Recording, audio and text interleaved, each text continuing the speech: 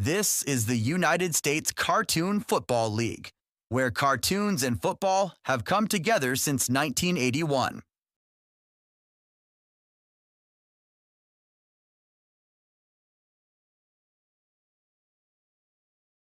Hordak, you don't tell me how to do my job, and I won't tell you how to be a power-mad, narrow-minded fool, all right?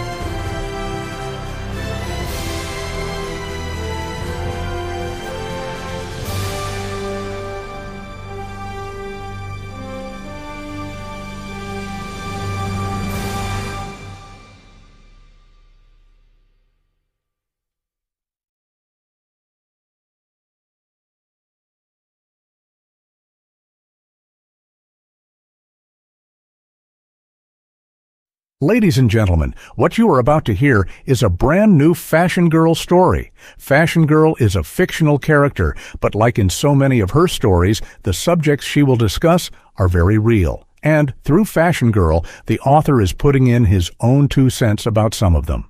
Robbie Graham is not a politician, political activist, or campaign worker. He votes, and that's where his participation in the governmental and electoral process ends. Nor is the USCFL network becoming a political forum. Fashion Girl has always dealt with real-world problems, and this story gives her an opportunity to address problems affecting ordinary people and to ask our elected leaders whether there might be a better way.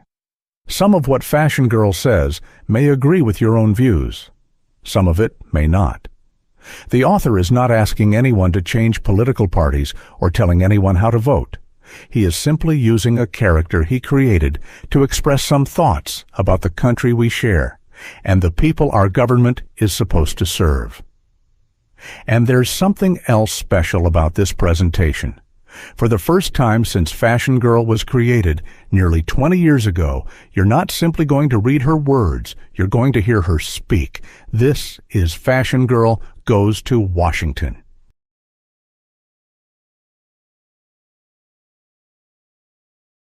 The story begins on an early evening in Washington, D.C. A rare joint session of Congress has convened, and its members are waiting for a very special guest speaker, not knowing who it is or why the joint session was called. Then the Sergeant-at-Arms answers the question for everyone. Mr. Speaker, members of Congress, tonight's distinguished guest has dedicated her life to protecting the innocent and defending those who cannot defend themselves. Known for her courage, compassion, and unwavering sense of justice, she has asked for neither political office nor political power. Ladies and gentlemen, it is my honor to present the heroine known throughout the world as the stylish crime fighter, Fashion Girl.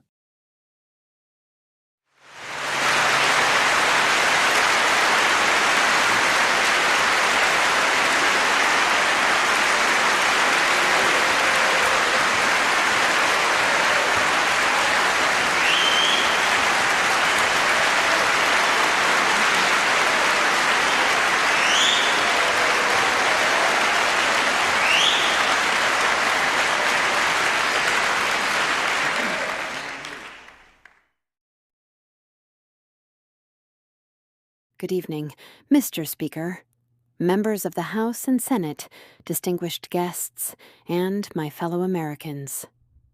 Thank you. Thank you very much for that extraordinary welcome. Standing before you tonight is an honor I never imagined I would receive. I have stood against criminals, confronted dangers, and faced situations where lives depended upon the decisions I made. But I must admit, standing here before the United States Congress is a little intimidating, even for me as Fashion Girl. I come before you tonight not as a Democrat or a Republican. I hold no elected office, and I seek none. I am not here to tell anyone how to vote, nor do I expect everyone in this chamber or everyone watching at home to agree with everything I am about to say. I am here as an American.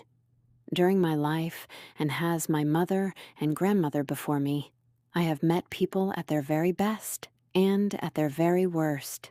I have seen courage, kindness, and sacrifice. I have also seen fear, hatred, greed, and division. And through it all, I have learned something very important. Having power doesn't automatically make someone right. Having the loudest voice doesn't make someone right. And frightening people into obedience is not the same thing as earning their respect. Fear can be instilled. Respect must be earned. Tonight, I want to talk about some things affecting ordinary Americans. Some will be difficult. Some may make people in this chamber uncomfortable. That's all right. Sometimes an uncomfortable conversation is exactly the conversation we need to have. I don't claim to have every answer, but I believe we can do better.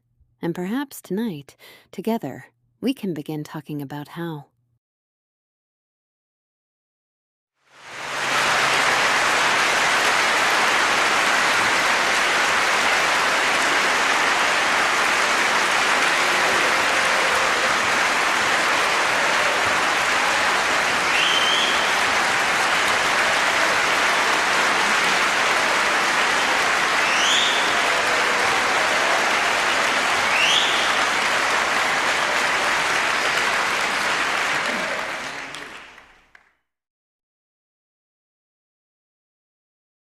I hear that America has the strongest economy in the world. I hope that's true. But I also hear from Americans who are struggling to buy groceries, pay their rent, afford their medicine, or simply make it from one paycheck to the next. Those two things can be true at the same time. America can be a wealthy country, while many Americans don't feel wealthy at all. I'm not an economist. I'm not going to stand here and pretend that I have all the answers. That's why you're here. But I do know that when people are working hard and still cannot afford the necessities of life, telling them how wonderful the economy is doesn't solve their problem. Don't tell them they're getting rich. Ask them what they need. Listen to their answer. And then work together to do something about it.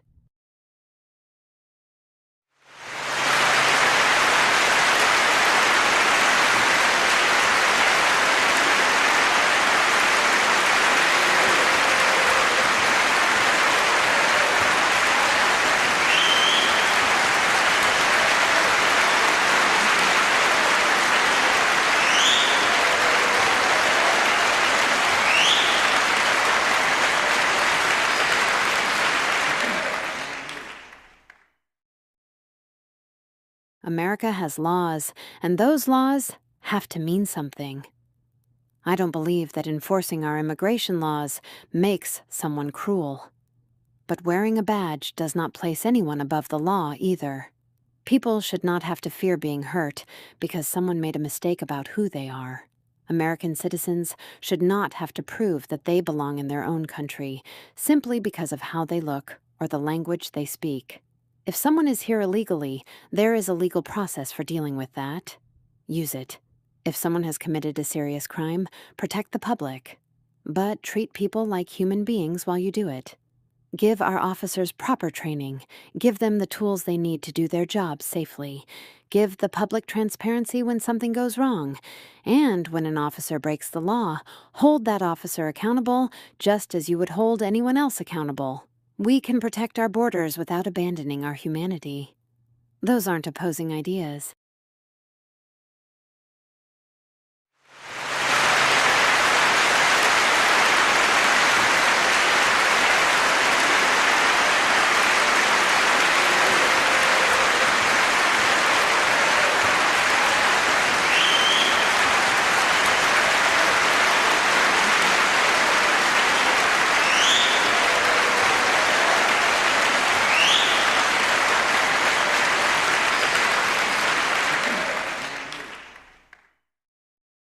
When wildfires were burning across Canada, smoke crossed our border.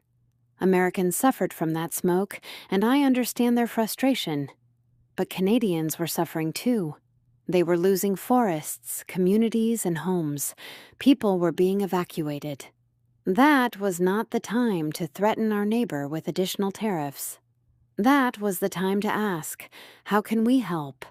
Smoke doesn't stop at a border. Neither does friendship. When your neighbor's house is burning, you don't send them a bill because the smoke came into your yard. You help put out the fire.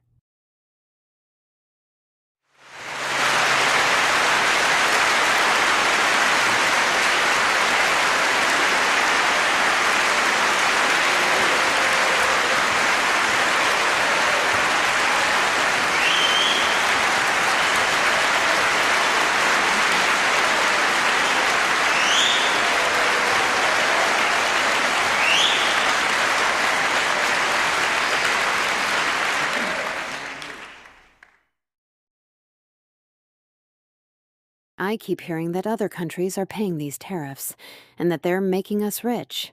But when an American company has to pay more to bring something into this country, somebody has to absorb that cost. Sometimes the company does, sometimes the foreign seller does. And sometimes that cost reaches us when we buy the product. That's not free money. I'm not saying tariffs can never be useful. If another country is treating American workers or businesses unfairly, sometimes we have to fight back. But tariffs shouldn't be thrown around simply because we can. Before imposing one, ask a very simple question. Who is this going to help, and who is going to pay for it? Because if the answer is that an American family pays more at the store, an American business pays more for its supplies, or an American worker loses business when another country retaliates, then please don't tell those people they're getting rich. They know what came out of their wallets.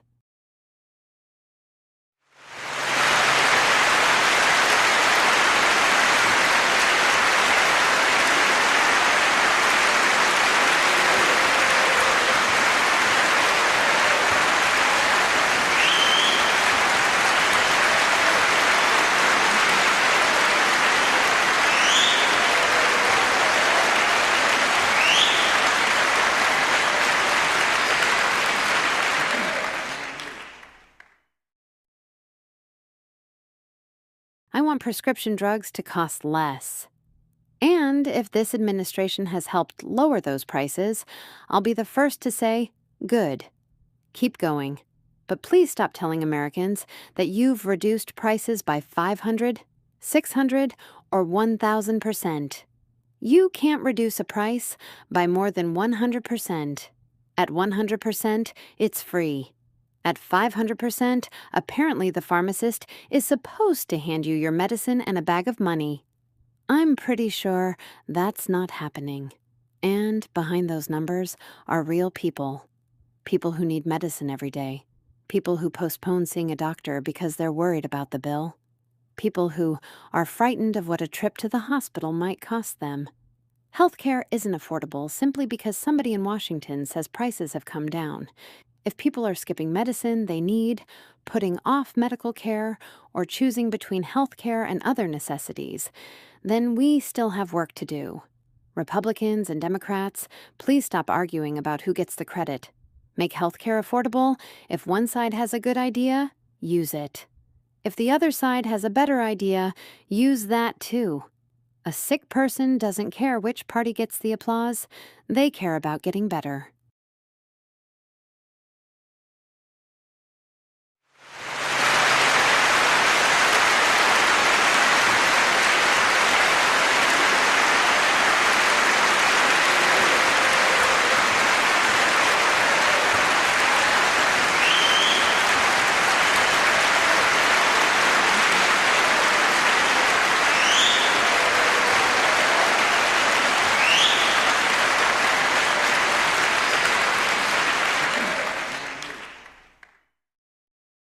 I've heard a lot about making government more efficient. I'm all for it. If taxpayers are paying for something wasteful, find it and fix it. But don't call something a saving until you've actually saved the money. And don't destroy something people need just because cutting it makes a number on a website look smaller. Then there was the big, beautiful bill. Beautiful for whom? Some Americans received tax breaks. Fine. But if we're giving benefits to people who already have plenty while taking health care or food assistance away from people struggling to survive, I have a problem with that. And I've heard about checks Americans were supposedly going to receive from all this tariff money. Has anybody gotten one? Because Americans shouldn't have to pay higher prices today based on a promise that maybe Washington will send some of their money back tomorrow. I'm fortunate. I have more money than I need to live comfortably, and I know that. I'm not a billionaire. I don't own skyscrapers, resorts, or private clubs. And frankly, even if I did, I wouldn't need Congress to make me richer. Help the person choosing between groceries and medicine. Help the family worried about losing health care. Help the worker whose paycheck doesn't make it to the end of the month. There's nothing wrong with being successful. There's nothing wrong with becoming wealthy. But when you write a bill affecting millions of Americans, don't judge it by what it does for someone who already has everything. Ask what it does for the person who doesn't know whether this month's paycheck will cover next month's bills. Government should eliminate waste. People aren't waste. Measure success by how many people you helped stand on their own feet.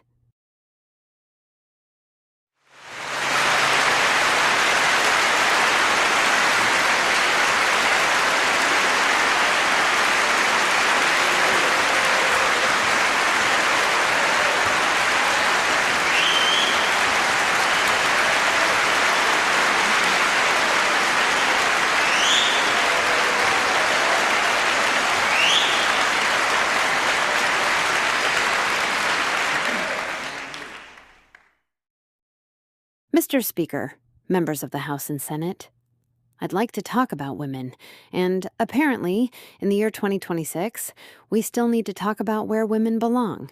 So I'll make my answer very simple. A woman's place is wherever she chooses to make it. If she wants to become a doctor, a teacher, an engineer, a journalist, a business owner, a senator, or president of the United States, give her the opportunity and judge her by how well she does the job. If she wants to stay home and raise her children, respect that choice too. Equality isn't telling women that careers are better than motherhood. Equality is allowing a woman to decide for herself what kind of life she wants. And gentlemen, equality for women isn't an attack on men. A strong woman doesn't make a man weaker. An intelligent woman doesn't make a man less intelligent. And a successful woman doesn't take anything away from a successful man. We're not asking you to move aside so that we can take your place. We're asking for a place beside you. And that respect has to extend to the way our leaders speak to women. A female journalist asking a difficult question is doing her job. You don't have to like her question. You don't have to agree with her. But calling her names doesn't answer the question. If a woman disagrees with you, answer her argument. Don't degrade the woman. I'm fashion girl. I can do things that most people can't. But I shouldn't need superpowers before I'm entitled to respect. No woman should.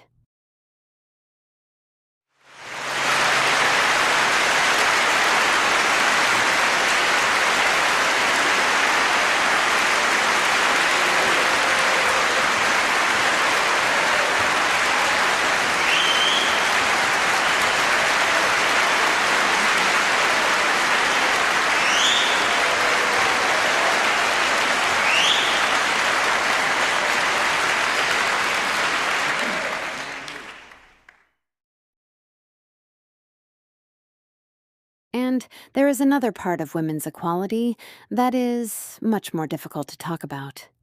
I'm a mother. I know what it's like to carry a child and love that baby before you've ever held that baby in your arms. I also know what it's like to lose one. My mother understood something about being reduced to motherhood in a very different and frightening way. Years ago, she had a terrible nightmare.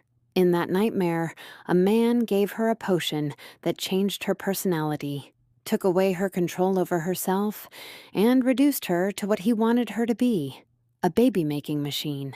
Every time she had sex with this man, she became more pregnant. Eventually, my mother came to her senses and fought back. She woke up and discovered that it had only been a nightmare. But the man from that nightmare was real. When she encountered him in real life, she confronted him and brought him to justice. Why am I telling you about one of my mother's nightmares? Because even in a nightmare, the idea that a woman's body could be controlled by somebody else, and that her value could be reduced to producing babies, was horrifying. My mother was more than that. I'm more than that. Every woman is more than that. Motherhood means a great deal to me. But motherhood was my choice. It cannot be the government's definition of what makes someone a woman. Pregnancy isn't a machine where you push a button and receive a healthy baby 9 months later. Some women become pregnant easily. Some struggle for years. Some cannot become pregnant at all. Some become pregnant and cannot safely remain pregnant. And sometimes, a woman who desperately wants her baby receives devastating news from her doctor. That's why these decisions cannot be reduced to slogans. I know that some Americans believe abortion is morally wrong. I know that for some people, that belief comes from deeply held religious convictions. I respect your right to those beliefs. But I don't practice a religion while serving as fashion girl. I made that decision because I don't believe religious belief should determine whether someone receives my protection. And I don't believe someone else's religion should make a woman's medical decisions for her either. Since Roe versus Wade was overturned, women have crossed state lines seeking abortion care. Some have traveled hundreds of miles. Think about what you're asking of a woman facing a medical crisis. She may already be frightened. She may be sick. She may be grieving the baby she expected to bring home. Now she has to determine whether the treatment she needs is legal where she lives. Perhaps she needs transportation, a hotel, money, time away from work, someone to care for the children she already has. And sometimes there isn't time. I'm also deeply troubled when doctors have to think about lawyers and prosecutors while treating a medical emergency. A doctor standing beside a woman whose health is deteriorating should have one question. What does my patient need? Not, how sick does she have to become before I'm legally allowed to help her? Congress, you can disagree about abortion. The American people disagree about abortion. But surely, we can agree that a woman facing a medical emergency deserves medical care. Surely we can agree that doctors shouldn't have to watch their patients deteriorate because they're frightened of prosecution.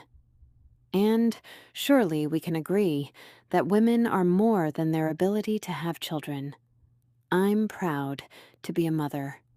But motherhood is something I became. It isn't all that I am. I'm a woman. I'm a mother. I'm fashion girl. And I shouldn't need a cape, a title, or extraordinary abilities for my life and my choices to matter. Neither should any other woman. Women aren't baby-making machines.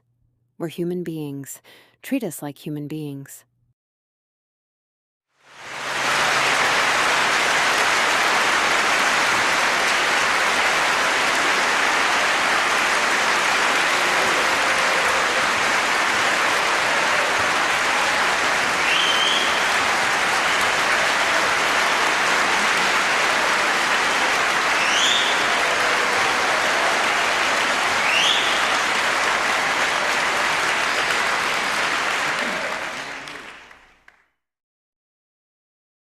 Mr. Speaker, members of the House and Senate, There's a phrase I've heard quite a lot over the last several years.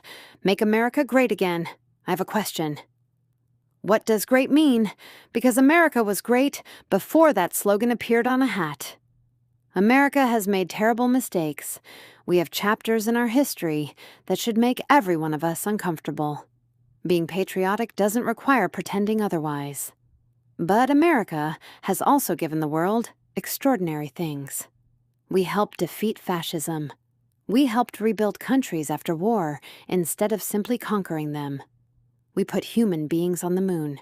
We've produced scientists, doctors, artists, inventors, and people who changed the world. For generations, people came to America because they believed something better might be possible here. That's greatness. Greatness isn't telling everybody how great you are. Greatness is when other people look at what you're doing and want to follow your example. And that's what worries me today. Some of our oldest friends increasingly question whether America can be trusted. Countries that once automatically looked toward the United States are beginning to look elsewhere. That's not making America greater. That's making America lonelier. And I want to say something to Americans who wear that MAGA hat. I'm not attacking you. If you want America to be great, so do I. We may disagree about what that requires, but loving your country doesn't belong to one political party, one president, or one movement. So perhaps we should ask ourselves what making America great really means. Does greatness mean frightening our neighbors? Does it mean insulting our allies? Does it mean measuring our strength by how many countries we can force to do what we want? Or does greatness mean being powerful enough that we don't have to bully anyone to prove it? I want an America that our allies trust. I want an America our enemies respect. I want an America where people can criticize their government without fearing their government. I want an America where Republicans and Democrats can disagree without treating each other like traitors. I want an America where people can worship whatever God they believe in, or no God at all, and still be equally American. I want an America where a person's race, sex, birthplace, or bank account doesn't determine how much dignity they're entitled to. If that's what you mean by making America great, then maybe we agree on more than you thought. But America will never become greater by making the rest of the world smaller, and America doesn't become stronger when its friends stop trusting it. Mr. Speaker, America doesn't need a king. It doesn't need a national savior. And it certainly doesn't need one person's name stamped onto everything to remind us that we're supposed to be proud of our country. America's greatness doesn't belong to Donald Trump. It didn't belong to Joe Biden. It didn't belong to Barack Obama, George Bush, Bill Clinton, Ronald Reagan, or any president who came before them. It belongs to the American people. Presidents borrow it. We keep it. So, yes, let's make America great. Let's make it respected. Let's make it trustworthy. Let's make it compassionate. Let's make it a country whose example other nations want to follow again.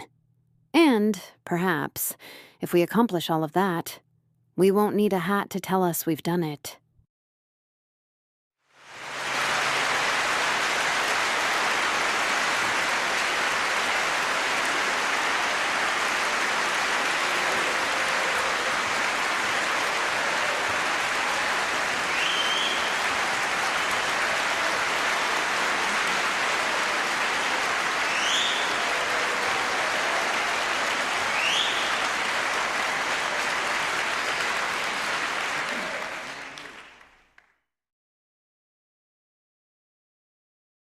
Mr. Speaker, there's another subject I cannot leave this chamber without addressing: Jeffrey Epstein. And yes, Mr. President, we are still talking about Jeffrey Epstein. Not because I enjoy talking about him, not because Democrats or Republicans might score political points from his name. We're still talking about Jeffrey Epstein because there are survivors who deserve answers. I've worked with survivors of sexual abuse and exploitation. I've seen what predators can do to someone's life long after the crime itself is over. And I've dealt with offenders, too. So, When I hear people discussing the Epstein files as though they're political ammunition, I think we're forgetting something. There are human beings behind those files. These survivors aren't Republican evidence. They're not Democratic evidence. They're people who were hurt. And they deserve the truth. Release what can legally and responsibly be released. Investigate credible evidence wherever it leads. If someone committed a crime, it shouldn't matter whether that person is a billionaire, a politician, a celebrity, a businessman, or someone none of us has ever heard of. But I want to be equally clear about something else. A person's name appearing in a document is not proof that person committed a crime. A photograph isn't a conviction. A name in an address book isn't a conviction. Being mentioned in a document isn't a conviction. We have courts for a reason. We have evidence for a reason. We have due process for a reason. Investigate first. Follow the evidence. Prove it. Then hold the guilty accountable. And while you're releasing documents in the name of transparency, protect the survivors. Don't expose the identity of someone who spent years trying to rebuild their life while protecting somebody powerful who may have hurt them. That's not transparency. That's hurting the victim again. And please stop making this about which political party might be embarrassed by what comes out. If a Democrat committed a crime, investigate them. If a Republican committed a crime, investigate them. If somebody I admire committed a crime, investigate them too. Justice isn't justice if we only want it for people we dislike. These survivors have waited long enough. They don't need another conspiracy theory. They don't need another campaign slogan. They need answers. And where the evidence supports it, they need justice. Neither wealth, celebrity, friendship, nor political power should prevent legitimate evidence from being investigated. Congress, please remember whose story this really is. It's theirs. Follow the evidence. Protect the innocent. Protect the survivors. And prosecute anyone the evidence proves committed a crime, regardless of the name, the political party, or the size of the bank account.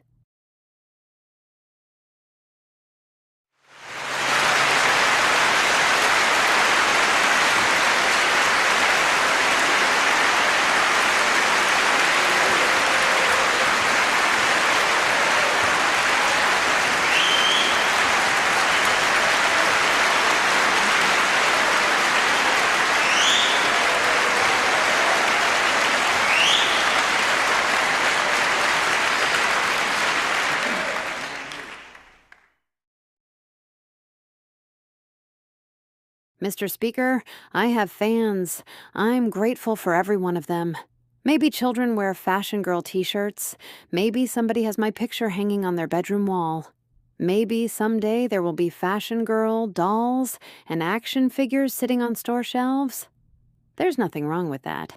But there's a difference between someone choosing to celebrate me and me using my position to make everyone celebrate me.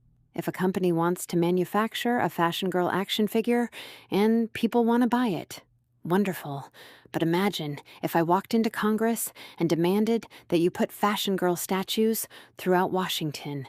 Imagine if I ordered a Fashion Girl parade down Pennsylvania Avenue.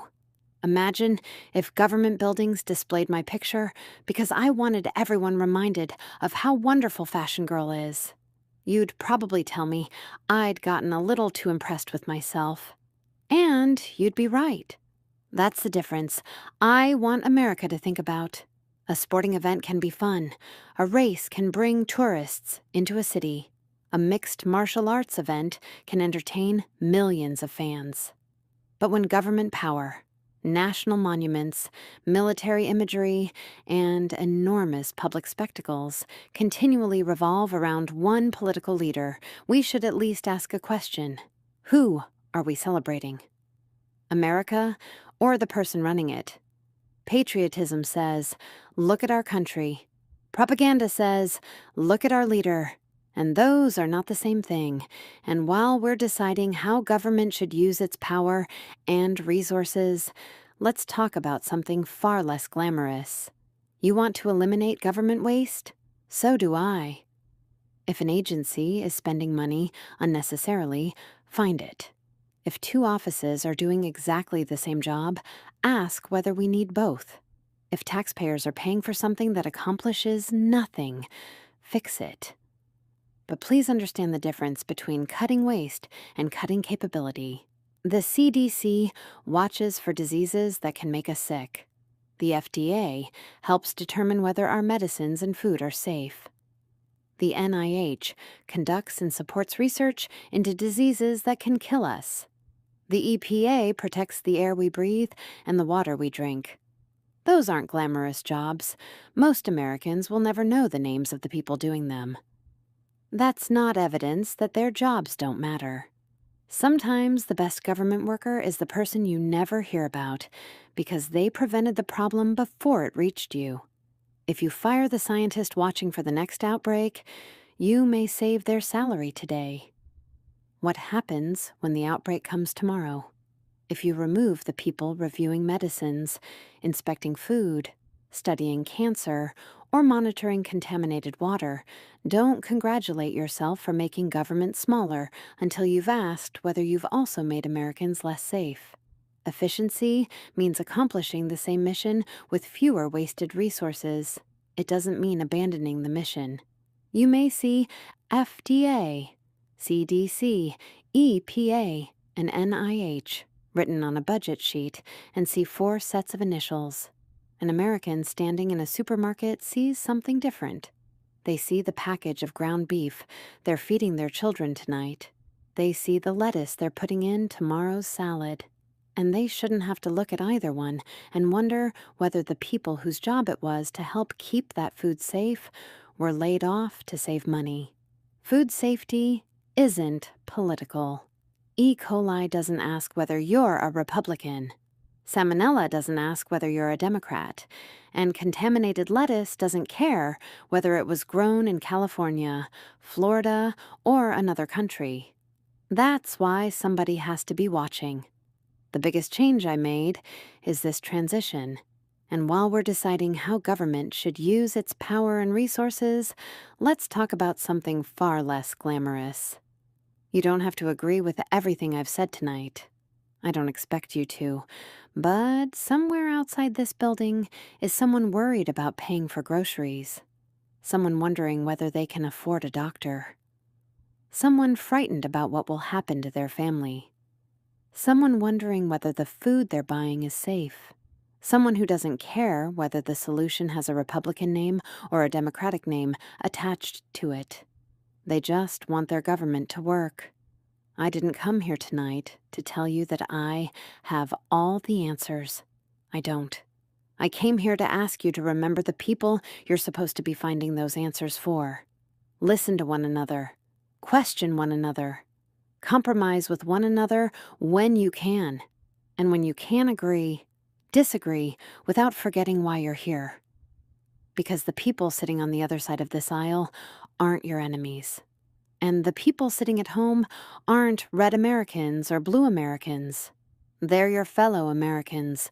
There has to be a better way. Please find it together.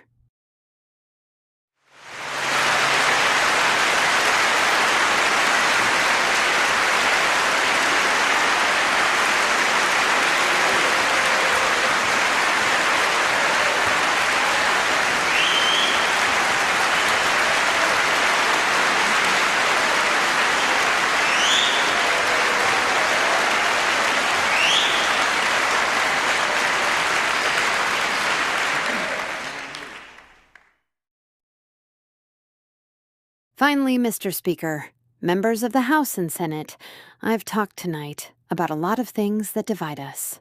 But I want to finish by talking about the one thing that shouldn't.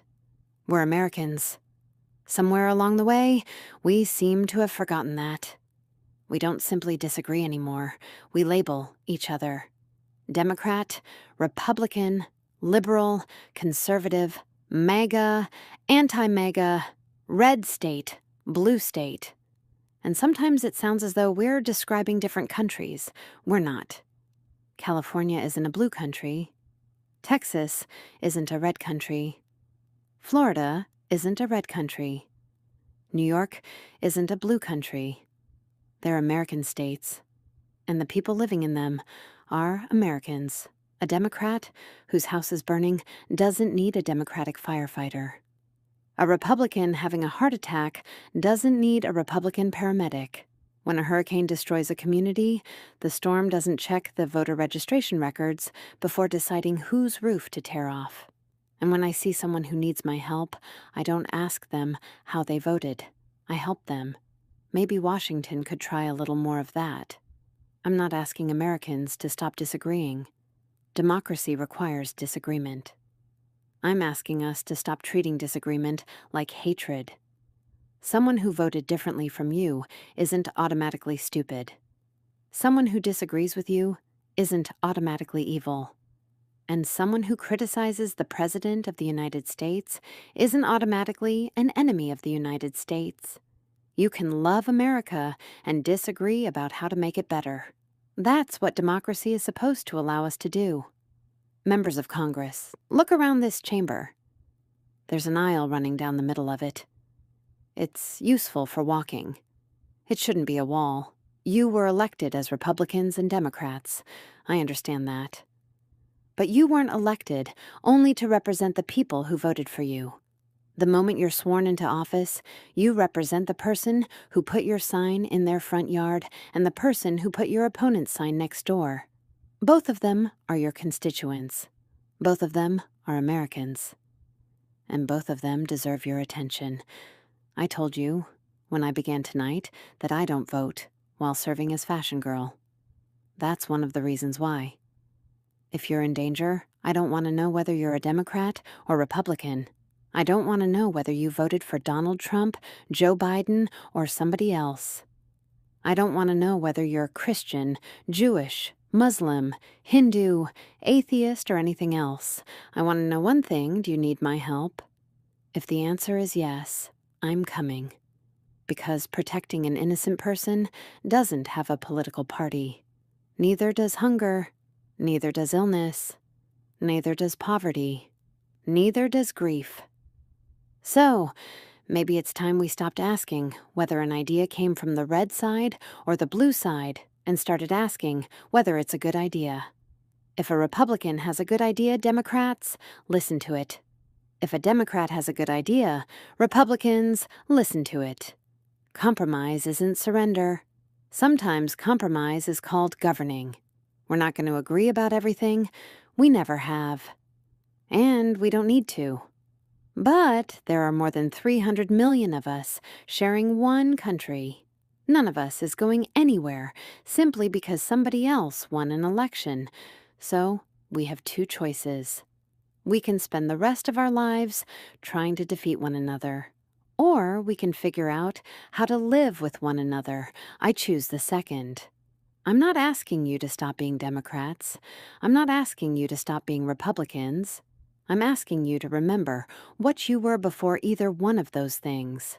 Americans. There aren't red Americans and blue Americans. There are just Americans. And maybe the first step toward making America great isn't changing somebody else's mind. Maybe it's remembering that the person whose mind you couldn't change is still your neighbor. Mr. Speaker, members of Congress, thank you for listening to me. Now please start listening to each other.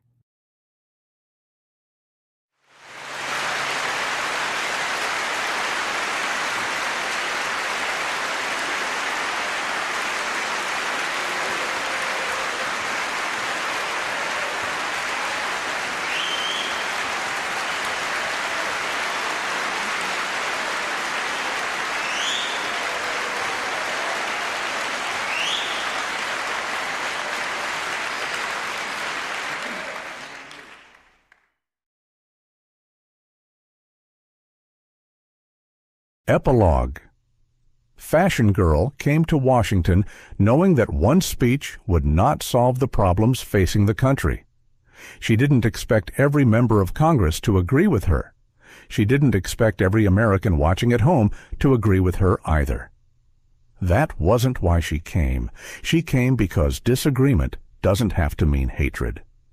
Because compromise doesn't have to mean surrender. And because behind every argument over policies, budgets, laws, and political parties are real people who have to live with the decisions their government makes. Some praised Fashion Girl's address. Some criticized it. Some agreed with parts of it and strongly disagreed with others. Fashion Girl expected nothing less. But perhaps somewhere in that chamber, someone listened to a person on the other side of the aisle a little differently than they had before.